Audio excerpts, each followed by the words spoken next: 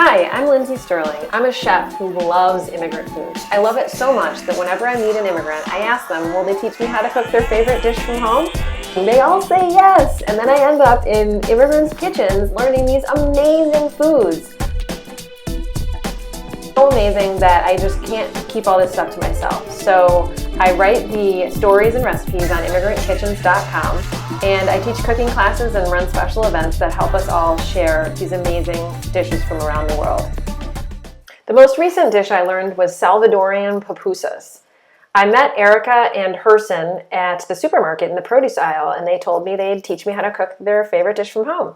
They first just make the salsa de tomate. It's tomatoes and onions and green pepper blended in a blender and then cooked on the stove with a little bit of water and chicken stock. And then we have these refried beans, and you heat them up on the stove and then melt mozzarella cheese into them, about equal parts cheese and beans. Then you let that cool off for a while, and while you're letting that cool, you make the masa flour. It's just basically Maseca brand corn flour that's been treated with lime, and then you massage in water for about 2 minutes, knead it, and then you let it sit for a little bit.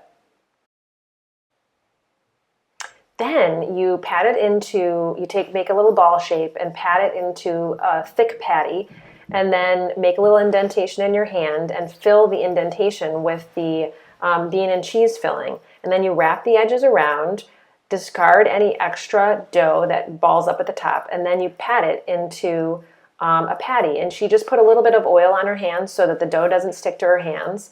And she smoothed out the edge of her disc, and then she pats it even flatter, and then she's gonna put it on the skillet. It's about the size of 2 or 3 tortillas in thickness. It's thicker than a regular tortilla because there's that filling in there. And then you put it on the skillet and you cook it for 2 to 3 minutes aside until the dough turns not doughy anymore. It turns like cakey, and the filling's all hot and melted inside. It's delicious. And there they are, the final product. Oh my gosh, don't you want to eat them up? Yum. You serve them with a pickled cabbage salad and the salsa de tomate on top. Join the adventure! Come to immigrantKitchens.com and get the recipe.